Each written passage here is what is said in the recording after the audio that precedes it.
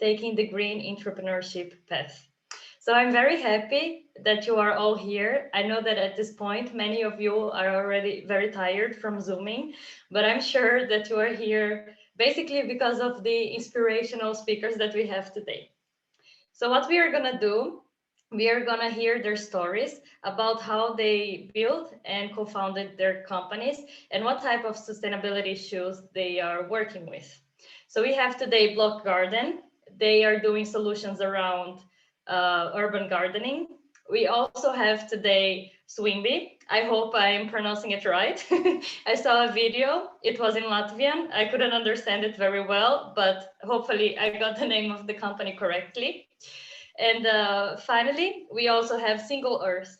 And all of these companies, they're tackling different issues. So while for Block Garden, they work with food security and climate change mitigation and adaptation, Swimby is doing something great in the field of tackling waste and producing beautiful and amazing fashion pieces, while Single Earth is protecting very important forests and entire ecosystems.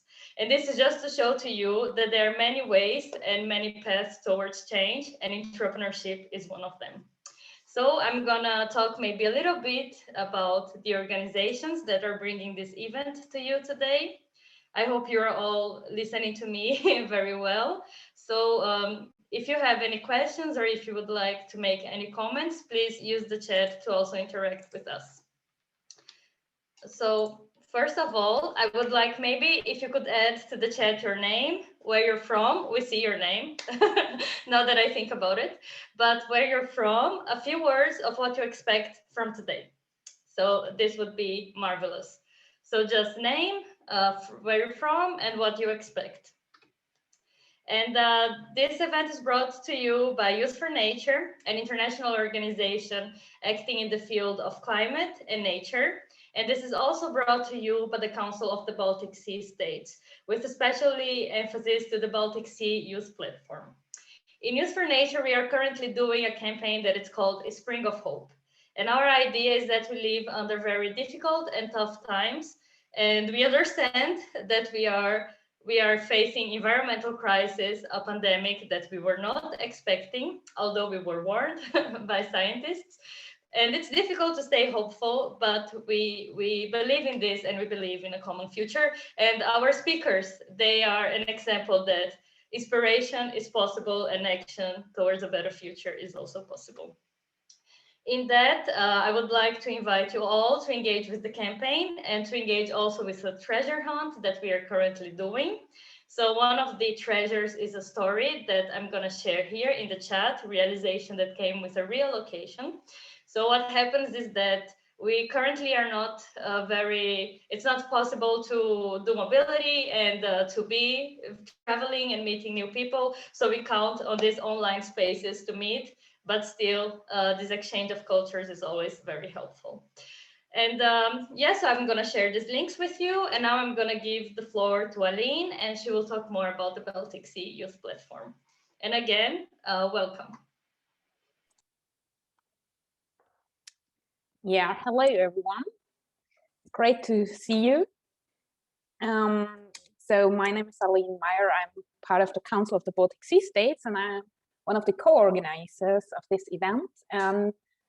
I'm also the project coordinator for the Baltic Sea Youth Platform, a project we started under the Erasmus Plus funding in 2020. And our project aims to have meaningful and structured youth participation in policymaking and intergenerational dialogue between young people and decision makers, and exchange between best practices of youth organizations. So also, as you can see today, we want to inspire young people. We want to share your best practices in our region, and then also make them available for a broader audience. The Council of the Baltic Sea States has 11 member states, and we are working under 3 long-term priorities. You can find more information on our webpage. We are organizing other events, always focusing on Agenda 2030 and the Sustainable Development Goals. For example, you can apply to our Baltic Sea Youth Parliamentary Conference in August. The application is open still today. and tomorrow, and we'll have a trafficking conference on against trafficking in human beings. And we will also organize a CBSS Ministerial Youth event, so an event where young people meet the foreign ministers of our region. That will happen on the 12th and 14th of May. You can find all information on our social media at Baltic Sea Youth. And I'm giving back the word to Reisa, who will explain you how we'll go on this event. Thanks a lot, Aline. So now I'm going to share the agenda for today. So we will start with a presentation by Block Garden, talking about how they are changing the food system. After that, we are going to talk about fighting waste, one piece of clothing at a time. Finally, we are talking about how forest conservation can be transformed through startups. And in the end, we'll have a session for questions and answers. And feel free to send questions in the chat if you have them already. We are going to monitor and we are going to ask by the end of the presentations. So please, I will now stop sharing my screen. Thomas, the floor is yours. Yeah, thank you, Reisa, for the introduction, and hi to everyone. So I'm Thomas from Block Garden, and let me just show from the screen what we do, so you have a better idea of what we are doing and how we are trying to change the current food production methods.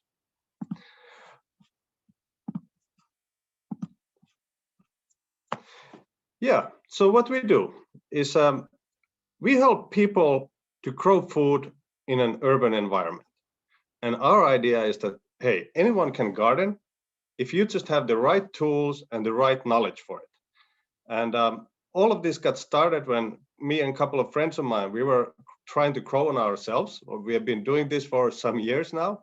And we did have some quite big failures at the time. For example, all our cabbages were eaten by these black bugs.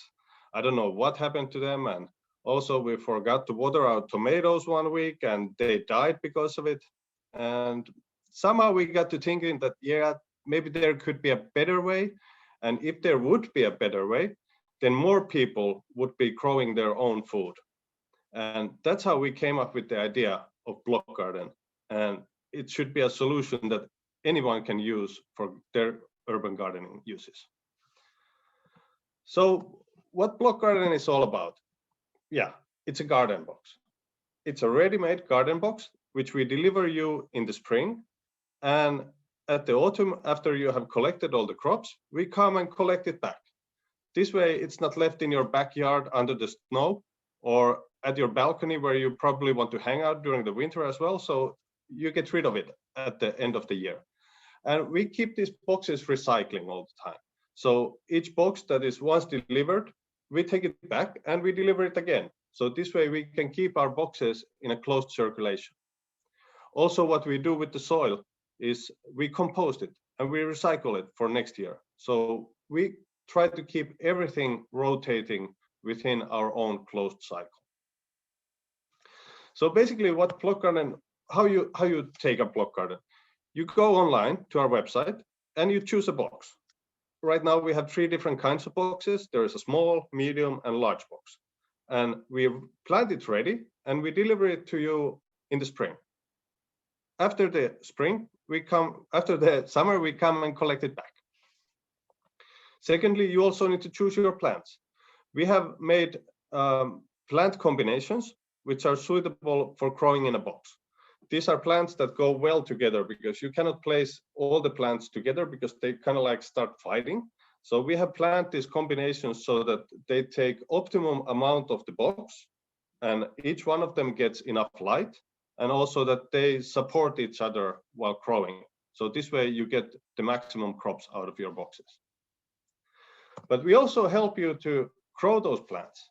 So obviously anyone can make a grow box on their own and they should if they want to, but one crucial thing that you need during the summer is you need help for growing those plants and taking care of them.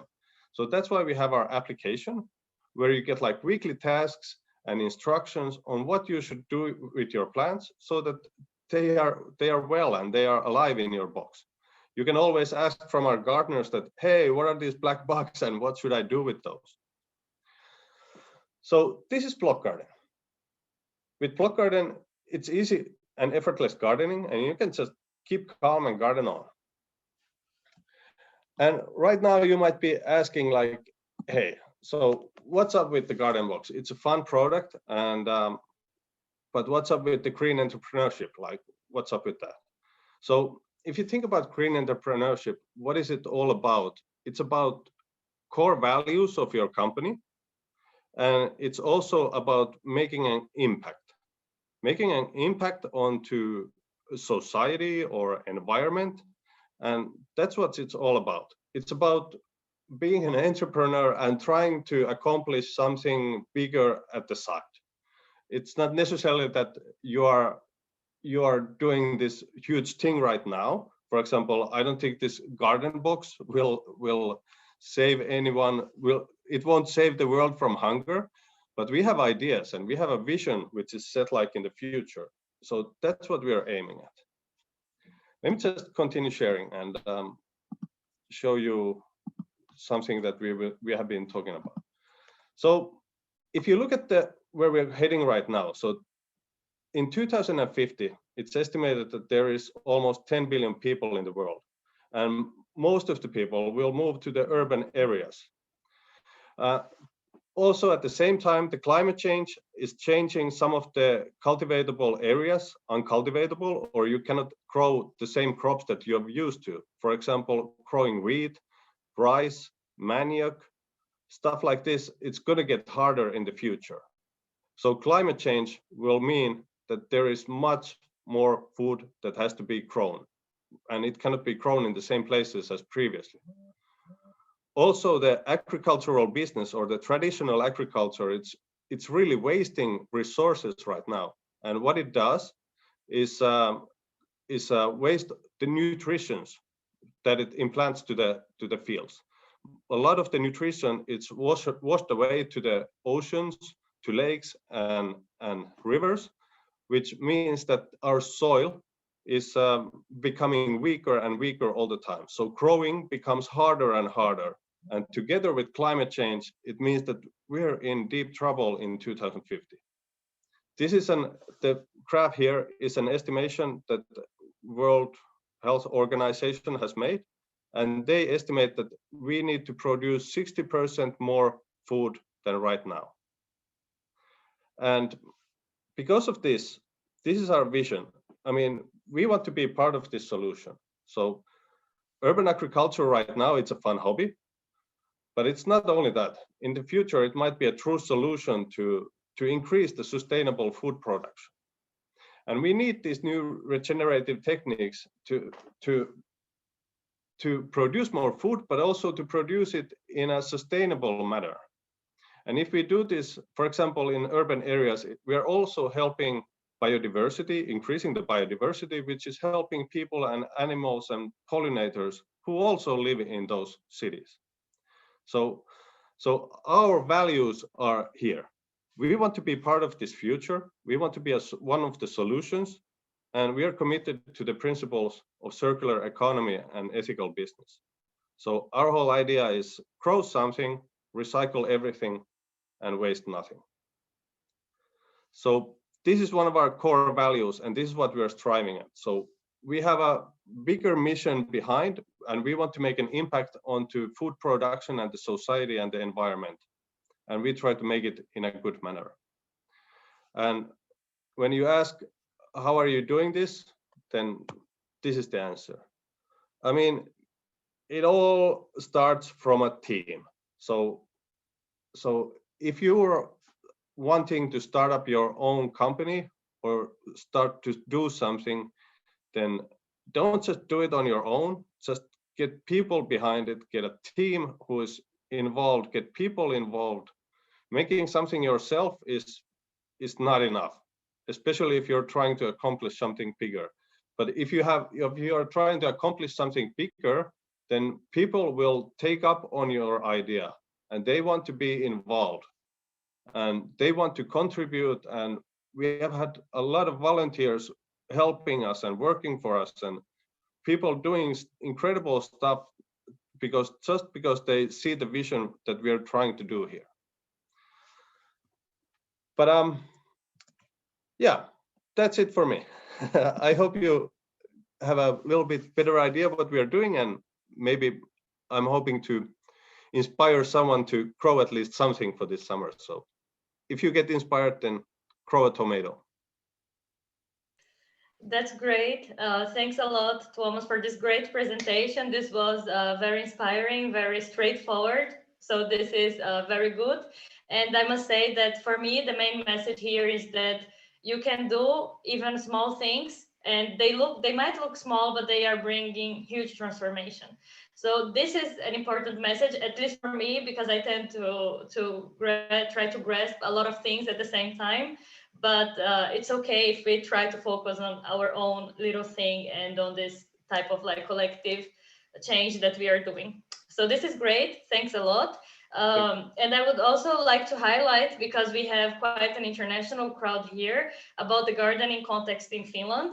The growing season is extremely short. It's something that I was not aware of when I moved from Brazil, where the growing season lasts the entire year. So for me, this was the very silly of me to think about that now, but for me this was kind of like the normal.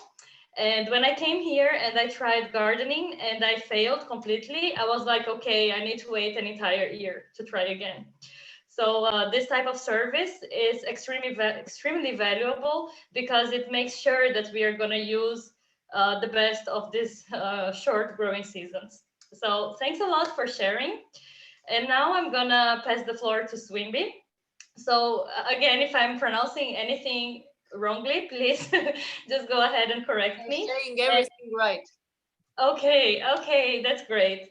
So I have this amazing company. I was just talking earlier to Laura that I've seen their swimsuits and they are beautiful. And I think this is exactly the message that you can do sustainability while also being pretty, and at the same time also highlighting social inclusive aspects. And why I say this, because I was checking their website and they have an amazing range of bodies being displayed, and they are very representative. So this is also one more thing. But enough of me talking. Let's hear from the girls. And yes, so I'll give the floor to you.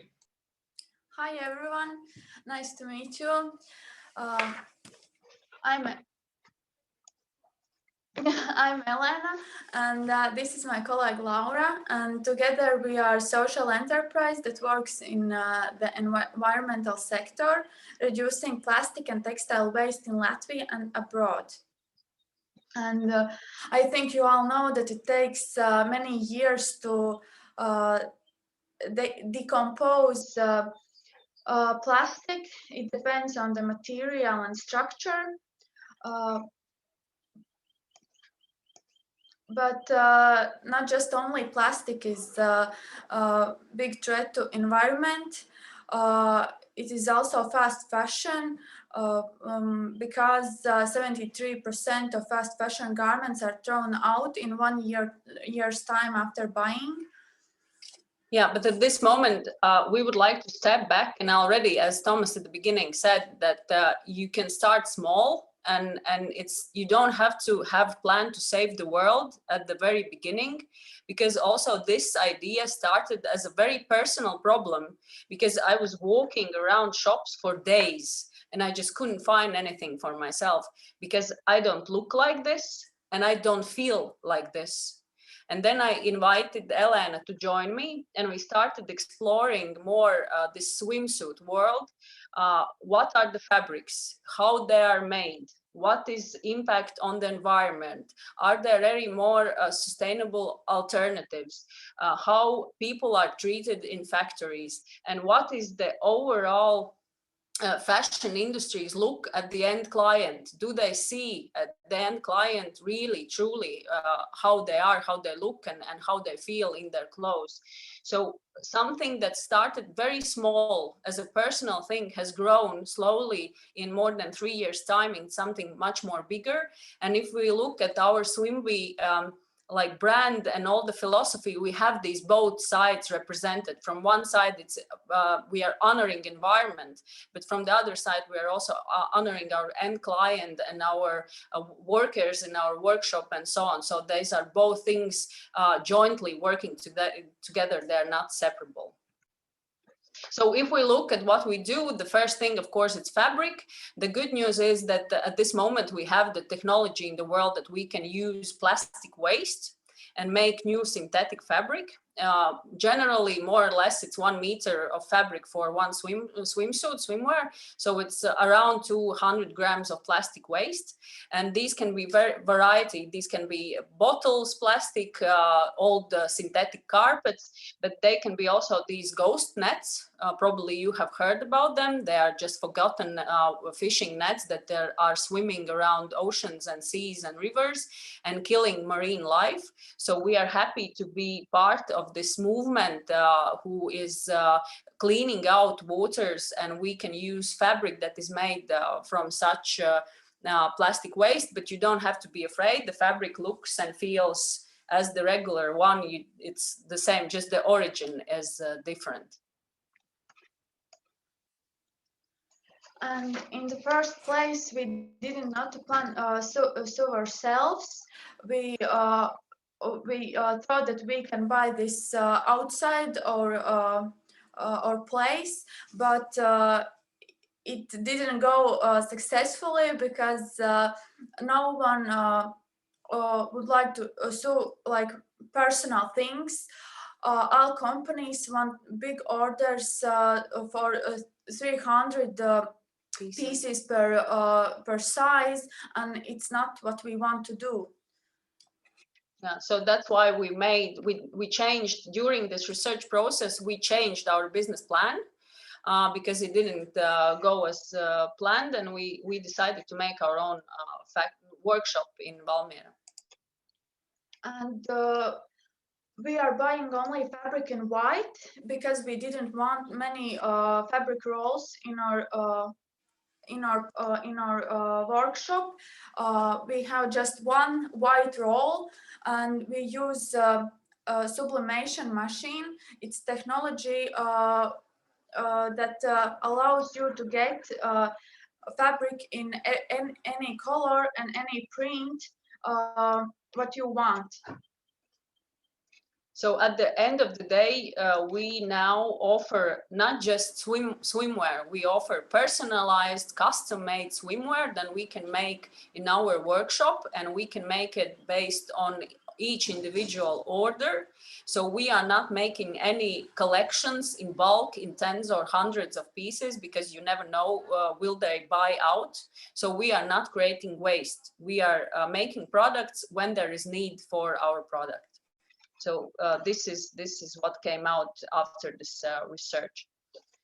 And we are also trying to use every bit of our fabric if there are, and of course there are some cut-offs. We are making scrunchies, headbands, we are making small bags where we put our swimwear before we send it to our customer. So we are trying to do an zero waste manufacturing as much as it is humanly possible, not to waste fabric at all. So at this moment, you can also maybe think, okay, is it all done? Fabric is done, and zero waste process and coloring and everything. But of course, the answer is no, definitely no, because there are so many challenges in textile industry. And the more you work in this industry, the more problems you see. For example, what are our challenges at this moment? For example, what to do with other raw materials that are not really eco-friendly, because each garment that you buy, it's not consisting only from the fabric. There are threads, there are different colors, zippers, and so on. So the question is, are they sustainable? And mostly no. The second thing, of course, if we talk about synthetic fabric, it's microplastics. Maybe you have heard about this problem. It's now getting more attention. We are the first company in Latvia that gave our swimwear for testing on microplastics, and we have now results, and now we know what we will do, at least in our workshop, to collect as many microplastic from our garments as possible. Then there is this issue what to do with mixed fabric, because there are no technology in the world at this moment that allows mixed fabric to be separated and used again as a raw material. So each time if you buy, for example, t-shirt that has cotton and polyester, it's basically the end of story of this garment, at least at this moment. So this is quite a challenge. And of course, textile waste, you can be as eco-friendly as you like, but there will be some waste during manufacturing process. And the question is what to do with it. In Latvia at this moment, everybody is just burying everything in the landfill, and this is just completely unsustainable. So the question is what to do with this textile waste that you are creating. You just can't avoid it at all. And of course, the last but not least are prices.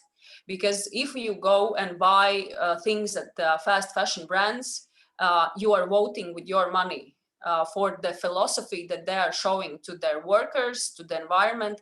And we cannot compete with these prices because it's impossible. If we pay good salaries to our workers and honor environment, we just can't compete with this. So each time that you go to fast fashion, please remember that there are alternatives. So these are all challenges that we are facing, but still we are not stopping at what we have done, because each time that we can make somebody happy and feeling good and seeing that we can create something beautiful while respecting environment and doing as much as possible to have alternative options in the shop, in the market for swimwear. And we are sure that it will grow beyond swimwear, that's for sure. That's why we are keep on still going strong. In the end, I want to thank you for your attention, and I want to inspire you to be brave, work with your ideas. Don't be scared if you are young, because when we started, we also was really young, and now I'm young as well. I have just 23 years, and when we started, I was 18 years old, and now it's full company, and we are working, and we are now in our workshop, as you see. So be brave, start small, and it's fine if you're young, just ask around, give us a call, write an email. We will tell everything that we know, and we will support you. So come and join this community of sustainable business, because we need you a lot. So thank you. Thanks a lot for your great presentation. I think especially I really like when you start telling that you saw this problem, and that's how you saw that these clothes, they were not for yourself. And this is something that I think a lot with many different products, with many different things. And this is precisely how business can solve issues. So thanks a lot for doing that, and as well reflecting about the price, because it's also very unique, your proposition of doing exactly what you would like to do. And this is something that I did myself in Brazil. I had some people that did my own swimsuits, and when I came to Finland, I was like, wow, this doesn't exist here. And I'm very happy to find a solution. And finally, if you are looking for a model with curly hair, voluntarily, I can definitely volunteer for you. And I even volunteer myself once COVID is best. It's better to go to Latvia for this. So I will do this huge effort, because I really want to visit Latvia. So thanks a lot for this, really inspiring. And I'm also very impressed on how you managed to do this being really young. This is truly very, very inspiring. So now we are going to invite Merit to speak to us. She also, I'm very happy with the speakers today. I'm completely thrilled. She also has a very nice biography. And when I was reading about her, I was feeling like, wow, this person could definitely be my friend. She advocates for gender equality, for animal rights. And this is also another example how social issues, they also go hand in hand with conservation and with protection of nature. So now I'll give the floor to you. Please go ahead, and yes, the mic is yours. Thank you so much. Thanks for having me here, and thanks for all the inspirational talks we've already had. I'm absolutely loving what you do, so very excited to see and start ordering as soon as possible. But to give you a bit of an overview of what we do, so I created this quick presentation to show you what Single Earth is all about. you'll see that I'm using actually just a selection of the text lines that we usually use, just to point out some of the things that I think that might be most useful to you as inspiring entrepreneurs and young founders. So first of all, what we do, we recall single earth, and we are making nature the investment of the future. So the problem that we're tackling is that nature is currently not being protected, that the economy is driving nature destruction because humans have only learned to monetize nature for its raw material and not its ecological value that is actually keeping all of us alive, which is like more important than just digging up wetlands or, you know, removing forests for timber. So this was like the starting problem that we started with. So so that we started with, I think in October 2019. Yes. So me and my co-founder, we got together and we went to a hackathon. So first of all, hackathons are a great way to test your ideas. They're a great way to find your first team members. They're a great way to just test your idea, get some feedback. Maybe if you're successful, get started with growing your network, get to the first accelerators and things like that. So we have these hackathons happening here in Estonia. I'm sure there are many others all over the world. So the one that we participated in was called The Future of Food, organized by the Garage 48 in Estonia.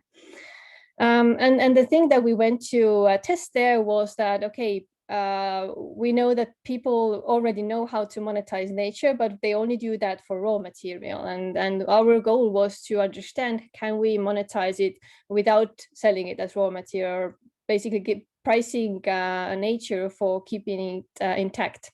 And we did that, and we found out that yes, there's already a market for example, carbon. So natural climate solutions are actually a thing, and there's a growing demand for that and a growing market for that. It's just the practical solutions are still missing there. So landowners don't have a very good access to these markets. And this was basically the starting point for us. So I actually have a background in Pipedrive. So Pipedrive is a tech company. It became a unicorn a few months ago. So it's quite a successful company here in Estonia. And my co-founder was one of the people who came up with the idea of having e-government in Estonia more than a decade ago. So I think this is like something that is connecting the two of us. So we have like this way of thinking about complex solutions and trying to use technology to make these complex solutions easier or to solve them somehow. And fast forward to today, we are now building this software solution to monetize nature for its ecological value and to build a marketplace where these kind of things can be traded with. And the first thing that I wanted to highlight, which has been already mentioned in the previous talks as well, is the fact that the team is everything. Like the success of your company is defined by the team that you have, by how cool it is for you to work on the project together, how passionate you are about the thing that you're building. There's of course you're lucky to have people with great experiences in the team, but you're also as lucky to have people who are passionate about learning and doing whatever needs to be done to be successful in the field. So we have actually a very diverse team. So we have different nationalities. We have people with very different backgrounds. So some of them have been working at Google. For some of them, it's the first tech job. So that's cool. And I think another layer of diversity that we have in the team is the age diversity, which I think hasn't been highlighted enough. So having team members that are very young, so around in their 20s and even younger, working together with people in our team who are up to 57 years old, I think that's very, very unique and valuable and has a lot of benefits to the entire team. But to tell you more about how we actually started tackling this problem, and maybe this will help you on your journey to entrepreneurship as well. So we understood the problem. So the problem was that people are using nature only as raw material. So there's a lot of intensive forestry happening. Peatlands, wetlands are destroyed to dig up peat, and you know, agriculture is super intensive, and this is driving the world towards an ecological collapse, basically. So it's a huge problem. But that on its own is difficult to solve. So you have to start understanding like what's missing, what's the core reason things are the way they are today. And then we realized that if we compared nature with gold, then gold is also basically a raw material, but we have, the humans have created an additional layer of value around it. So gold is used as a financial instrument, but nature is not. Nature is only used as raw material. And that was the basic thing that we started to tackle. What if we could make nature as valuable as gold is today? What if we can turn it into a tradable investment instrument? And that was it. Then we realized that this is what we need to do. So the next question would be like, okay, but how do you do that? What's the tradable part of growing forest if you can't take anything out of the nature? And then we started tackling this problem on its own, and realized that clearly we need a way how to turn these ecological values into digital goods. And you can do everything as a very small part. You can just take one forest and calculate how much carbon this particular forest removes. Because nature, as it grows, it sequesters carbon and stores it within itself. So you can calculate that and sell it to somebody who wants to compensate for their footprint or who wants to just contribute to the climate goals. But you can also think very big, and you can think big in the sense that, well, for us, thinking big means thinking planet-wide. So why don't we do everything that we do here that we see is going to help our forests in Estonia? Why don't we do that for everybody? Like we have satellites flying around the planet every day. We have so much information already available that we are actually now building global models to understand how nature works around the world, how much carbon it sequesters, what's the biodiversity there, and it has actually a unique value to it. And this is where I would use this very cliche-like slogan to say that think big, and by big, like think even bigger than it might actually be reasonable, but you can always tone down. But the bigger you think, the bigger the market is going to be for you.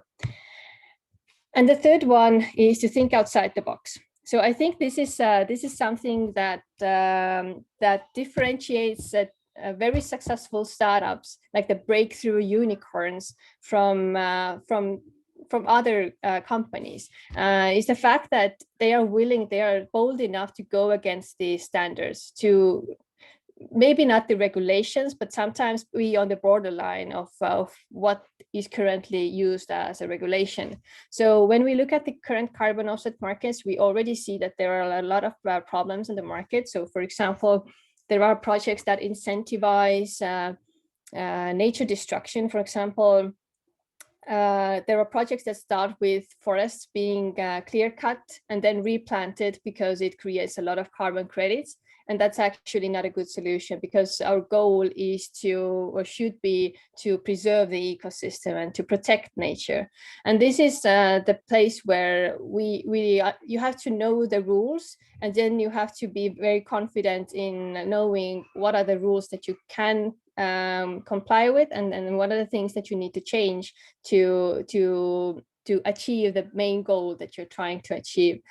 And for us, that means like democratizing the carbon markets. So there's a lot of like these very complicated certification procedures involved. And our goal is to automate all these procedures and to make the markets accessible to all landowners, so that all landowners have an alternative business model where instead of, for example, selling timber from the forest, they can actually sell carbon sequestration, so that people who would like to compensate for their own ecological footprint can buy carbon credits from a local forest, for example.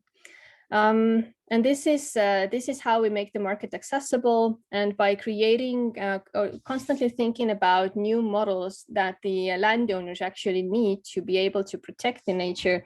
We are creating more and more business models that make a lot of sense for the nature that currently are not on the market. So I would recommend everybody to think as big as possible and do whatever you need to do to achieve the goal, instead of just looking at how things are working today. And yeah, that's I think it from me. Thanks a lot for this great presentation. For me, this is very interesting. I remember my first class, my first course that I did in my bachelor's degree, which was maybe 10 years ago at this point. No, 8 years ago. And the first class, the economic class, the teacher started saying that nature is an externality and that it's something external that you don't count in the calculations. And this puzzled me so much. And I think what you're doing, it's a great way of tackling this issue. That and I also see it's very similar to the solutions around swimming, because, for instance, what we are doing is that once we consider this as part of the price, or once we calculate it, once we honor this, everything changes. So thanks a lot for this. I also would like to highlight something you said, that we make nature the new gold. And I think that this is very interesting, because if we start thinking about it, everything is nature, and our existence is completely reliant on it. So thanks a lot for this great talk. And now we will have some time for questions. And I've seen that something that I've seen in the chat, that you already did some questions before, and you can do these questions to either one of the three entrepreneurs. And yeah, so please, if you want to ask, you can just unmute your mic and ask away.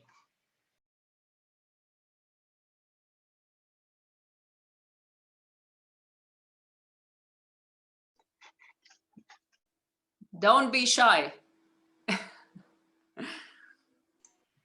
It can even, if you have a business idea, or if you have some sort of thoughts that they are not directly related to their presentations or to one of them, you can still ask.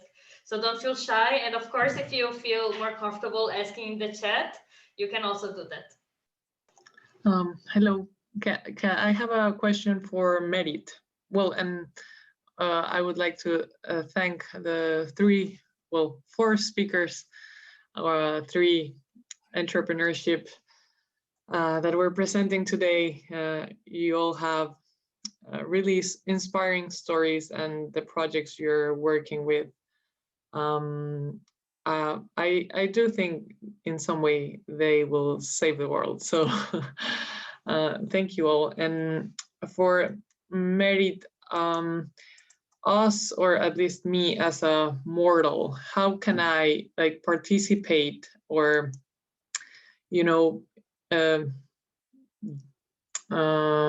invest, I don't know, in Single Earth? Like, is it possible, or who can participate with Single Earth, at least right now? Very good question. So thanks for that. So right now what we're doing, we are onboarding the first landowners. So the first landowners that we're working with is actually, one of them is a very large Brazilian rainforest owner, and the other one is actually a restoration project in Africa. So both very big projects, very impactful. The next step will be to, once we've onboarded them, we create those tokens, and the tokens will become to pre-sales and sales. So we are opening a marketplace, but it's going to be a closed marketplace. So we don't want to turn this into a very speculative cryptocurrency, but we want to have like this investment layer in between, so that people just like you could actually purchase these tokens. And this will happen, the first pre-sales will start in the summer. So happy to connect with you and keep you in the loop once that's possible. Thank you. Yes, I'm actually already on the website, so I'll follow the steps to register, or throw my email in there. Thank you very much. Thanks. I also see one question that it's for all of you, all the entrepreneurs here. If you feel that the government is supporting you in this journey of sustainable entrepreneurship. Okay, I can start, and then maybe Thomas can add from his perspective in his country. In Latvia, the situation is not, it's not like 100% support and or 100% ignorance. It's somewhere in the middle. There are, for example, special money for social enterprise, including also environmental enterprise. But there is quite a lot of bureaucracy to get to this money and to get to this support. If we look at our everyday life, for example, taxations or packaging for our products, there are no discounts or programs, anything. We are just the same as everybody else. So at this moment, I would say it's very early stage. We are mostly on our own. There are some opportunities, for example, these machines that you see behind me, it's been bought by this government support. We went through this bureaucratic system and we got a little bit of money, and that supported our journey. But in the everyday life, we are basically on our own. Thanks a lot for sharing your answer with us. And with that, I also see that for sustainability, we need a huge tax reform as well in our tax systems. Yes, thank you. If the other entrepreneurs would like to share as well their impressions about government support. Yeah, well, we at the Block Garden, we have received, I would say, quite a lot of support. For example, we have free working spaces, and we have received also financial support for development, and it has been directed to especially the development of our application and also development of the business procedures. And but I think we have also gotten a little bit lucky with this, and maybe the timing has just been just right, and we have been talking to just the right people. But there are many ongoing governmental projects usually which are sort of supporting all sustainable businesses, and their aim is to support sustainable businesses. So if you're looking for support to start your own business, financial or something else, you should look up like different ongoing governmental projects, and they can provide you either financial support or maybe some other kind of support. And while I'm also talking here, Merit mentioned participating into hackathons, or maybe finding an accelerator. I mean, if you have a business idea, those are great ways to test your idea and also to find team members.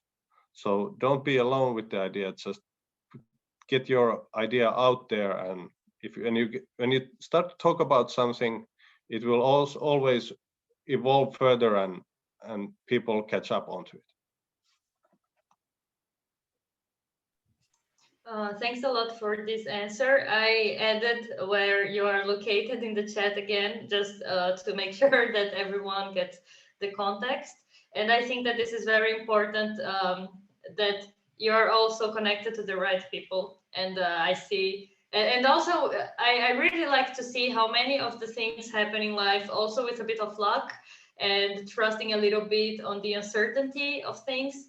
So of course we can plan, and I can say for sure that I'm a huge planner, but many of the good things that happen to me, they also happen with this uncertainty and by just meeting nice people, for instance, the speakers. So yes, so this is great, and please, Merit, if you would like to share, I think this could also be good, but no pressure, of course.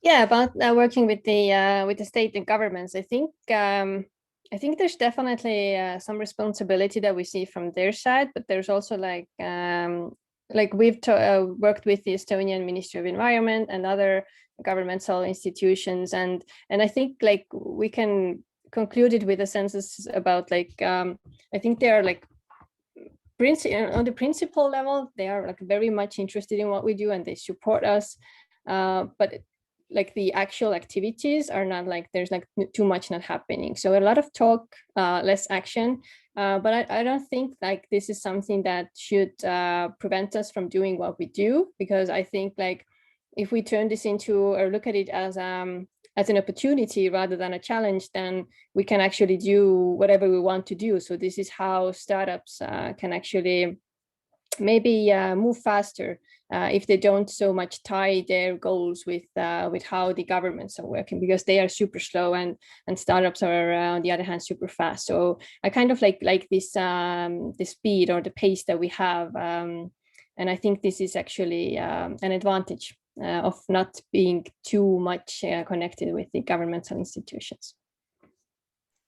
Yes, in that sense, I think it makes sense that you can keep your freedom to be creative and to create new things, because also sometimes the government structures, they are very bureaucratic and they are designed in a way to avoid drastic change, which is what we need.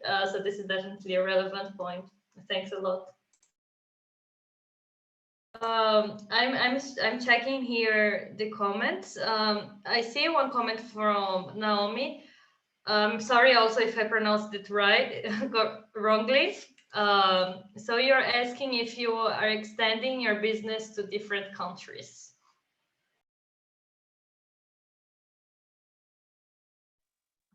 I can start. Yes. Yes, in the future. Right now, this summer it's going to be Finland only, but we have our eyesight on Scandinavia and also the Baltic countries for next year.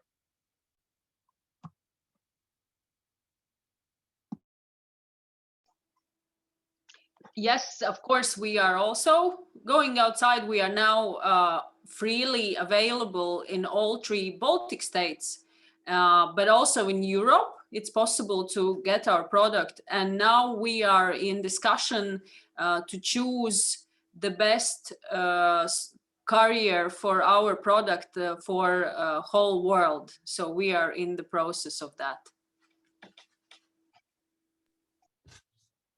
Yes, and we too. So we are like the whole idea is about to working with the global community. So we will be onboarding glands from different parts of the world and also find buyers from different parts of the world. So yes. Thanks a lot for sharing. I also see some discussion concerning how to.